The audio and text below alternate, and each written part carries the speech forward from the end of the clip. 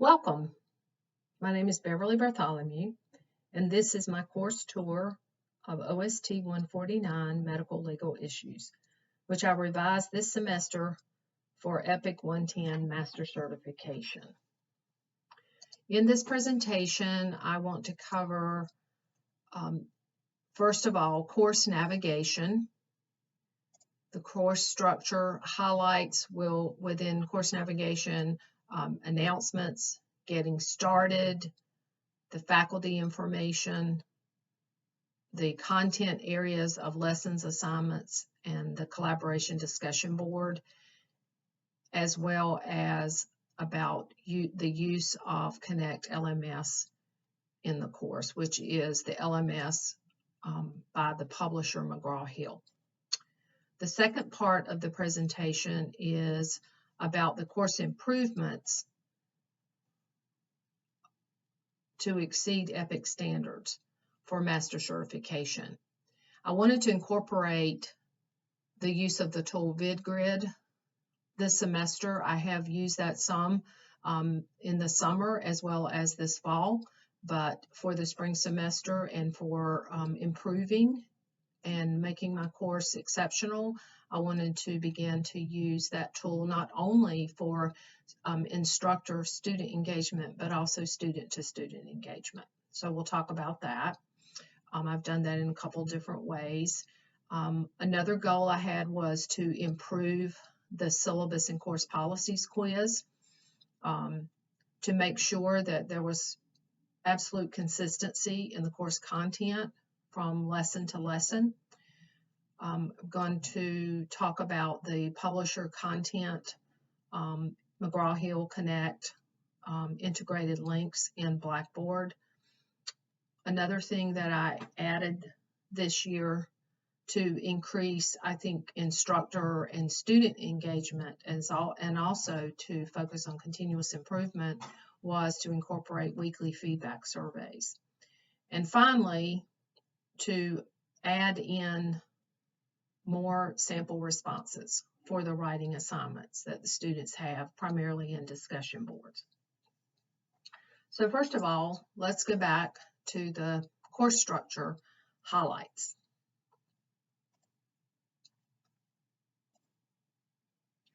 If we start with announcements, the very first thing I did was to open up with a welcome video where the students can see me face-to-face, virtually, and also learn about the course in general, how it is set up, a little bit about the course itself. You can see that I have put in the link, plain text link, to the VidGrid video as well as the transcript. There is also a written welcome with a link to getting started. And when the students click on that link, the first thing they see is the course syllabus as well as a schedule of the assignments. Then there's a course orientation that tells them what they can look at in each of the course menu items. I also wanted to be sure and explain about the use of Connect with McGraw-Hill, because they will be using that for most of their assignments. Some of the students will already be familiar with Connect because they may have used it in a previous class, but others will be new this semester, and this will be a new tool for them. So I wanted to explain as much detail as I could. They're also, one of the first assignments they'll do is a Connect orientation, and in that they will be introduced to Connect, be able to practice navigating, and this is a graded assignment, so they're required to do it and to make sure that they are comfortable with what Connect contains and how it works. Their course description is here, a picture of the front of the textbook as well as information about the textbook. There is again how the course works, what they can expect from week to week. I spell out the types of assignments, where they're located, what we'll be doing each week, how much time they should plan to spend in the course. And then for new students especially, some tips here on time management so that they can keep up with the work. I spell out the how assignments are graded, the weight that they carry in the class, the grading and late work policies that we have in place, the academic integrity policy, which talks about plagiarism and how to withdraw or be withdrawn, about attendance. It actually talks about attendance. And also here, this is one of several places that the students have a link to create their Connect account because they buy an access code with their textbook. And it does tell them on the access code how to set up their account, but just in case they don't look at that, then there's a link here and it talks about how they can access that. Okay, if we go over to faculty information, you can see that I have, well, part of it anyway, you can see that I have a photo of myself, all my information, my email, phone number at the office, campus office address, and my office hours are listed. There is a link to the departmental website as well. I give them a list of my credentials, both academic as well as professional credentials that I have, the best way to contact me, what my policy is on replying to students as they contact me, and then a little bit of personal information to make me seem more like a human being. So then going into the lessons and assignments area, the content area of the course, I wanted to again open up with a VidGrid video, giving them a little bit of, I called it what to expect each week, but it's basically a tour, a course tour of where things are located, what the weekly folders look like, and what in the video I open up a couple of the folders and show them what's contained inside. Plain text link here as well as transcript link. And then we come down to the weeks. And one of the things that I have done again is and I made sure this time especially to be especially careful that all the weekly folders are consistent. So the students will see the same thing as they look at each folder. Generally the folders are hidden. You can see them all here, but they're not all available in the actual course. I just left them open here, but generally they're available to students 2 weeks prior to the deadline day.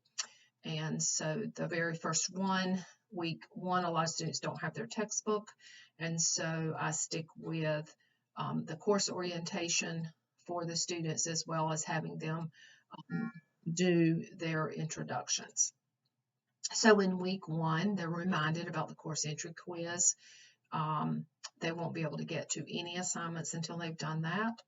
I have a VidGrid video, a syllabus tour here. I actually walk them through the syllabus, and I have embedded 3 questions. They get a completion grade on this, and as they watch this little VidGrid video, then they will answer the 3 questions, and that shows that they have actually looked at the syllabus.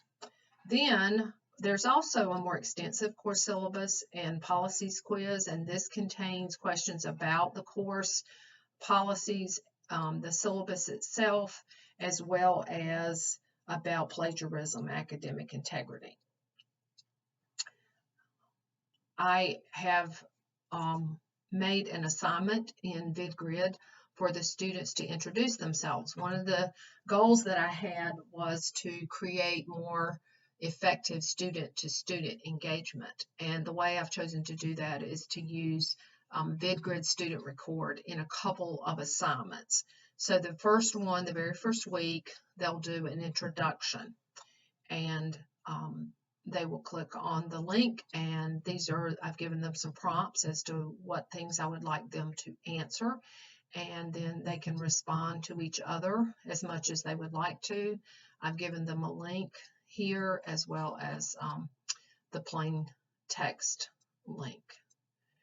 And so that's there, and that's their first VidGrid assignment. If we go back to, I'll show you another week that is beyond the first week. This is when we actually get started in the content of the course. And you can see here I've got another link to how to get started in Connect. That's also contained in course resources, so it's prominent in many different places. Here's their summary of assignments. This appears in each weekly folder. There's at the very top, there's a summary of assignments with the due date, directs them highlighted in yellow. These are your graded assignments for each week. The very first week is different because they have a Connect orientation. I made a note here to the reviewer that wouldn't appear in the course, obviously, but just each Connect assignment has an individual link that is integrated within Blackboard, and that's something that I feel is a real strong point about using Connect. They have a chapter assignment and a chapter test. This is then followed by the learning objectives for each chapter. This is consistent each and every week. The reading assignment, this is every week, chapter 1, a summary of the chapter, and then some tips on how they can get the most out of studying the chapter.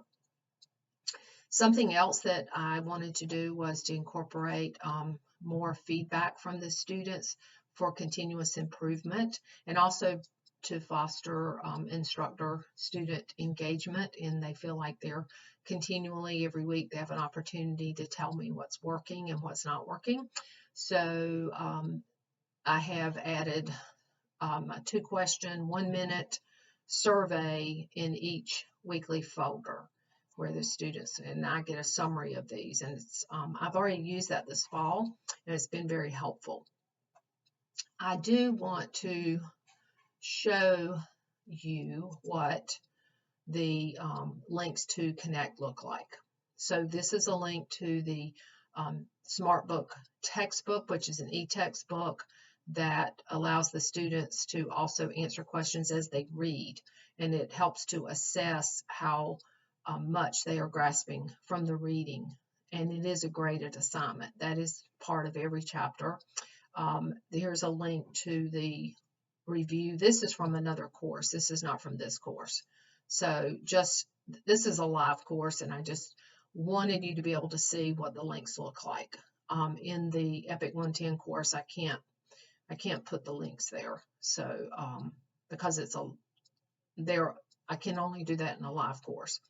So chapter review, there'll be a link that looks this way. It tells them the due date, what category it's in, and then their test or quiz, and what they'll do each week is when they're ready to do their assignments, they click and it takes them seamlessly over to Connect where they can do their assignment. The review they can do, the chapter test. Students can go directly into Connect, but we strongly discourage that, and we do everything we can to keep them from doing that. So for instance, I don't have a link in my course for the students to click on Connect. They have to go through Blackboard, which I think is better, because I find that if they don't do that, sometimes they overlook assignments that might not be in Connect, and I want to make sure they're always touching base in here.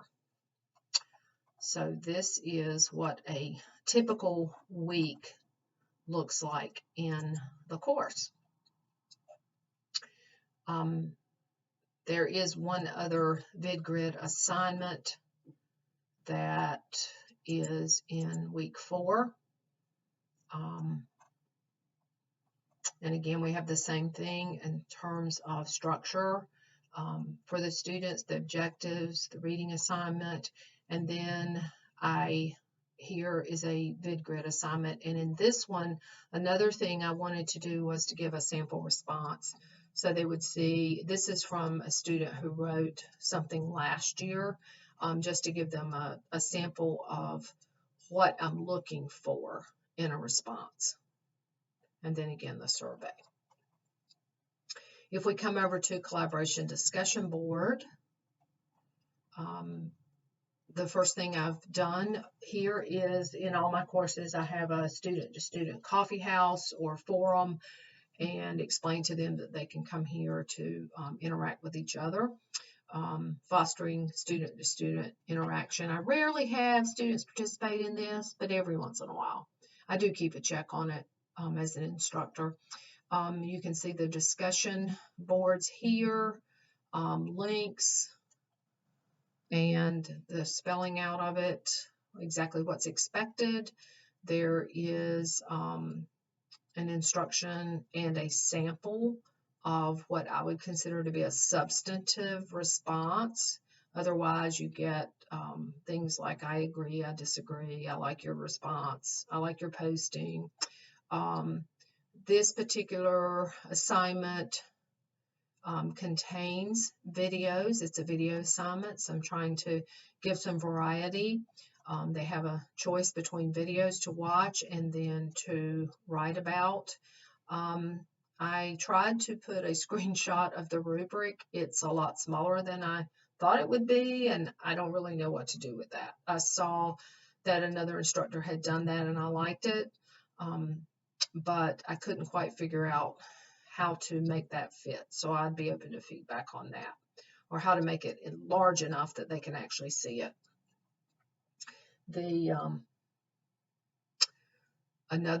Here's another type of assignment. This one contains a video as well. And then there's a research assignment. And in this one, I also gave a sample summary. This is what another student wrote. They gave a link to their article. This is what I'm expecting to see. And then in terms of response to each other, this is a sample of a response that would be acceptable and earn a good grade. And again, a copy of the rubric. Some of the rubrics were so large I couldn't actually take a screenshot that I thought was effective, so I didn't include that, but all of the discussion boards have their own rubric.